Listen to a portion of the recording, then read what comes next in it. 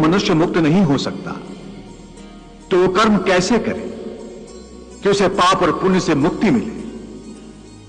हे पार्थ, इसका तरीका यह है कि मनुष्य फल की इच्छा त्याग कर कर्म को अपना धर्म समझकर करे। फल उसे अवश्य मिलेगा, परंतु इस फल का वो विधान की इच्छा समझकर स्वीकार करे।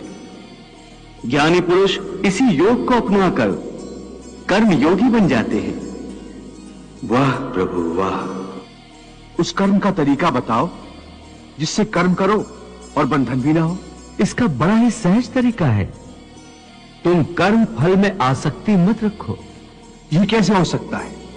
फल प्राप्ति की इच्छा तो हर कोई करता है। परंतु क्या इच्छा करने से मनुष्य को फल की प्राप्ति होती है?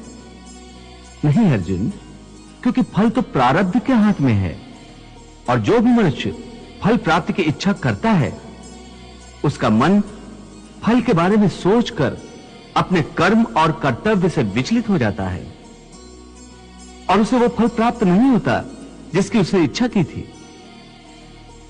पार्थ, मनुष्य केवल कर्म कर सकता है, फल कदापि मनुष्य के अधीन नहीं है। केशव, यदि फल की प्राप्ति मनुष्य या उसके कर्म के अधीन नहीं है तो कर्म ही क्यों करे?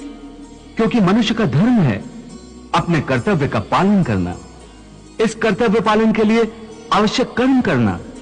परंतु हे केशव, फल प्राप्ति की कामना छोड़ने पर मनुष्य में कर्म करने की प्रवृत्ति उत्पन्न कैसे होगी?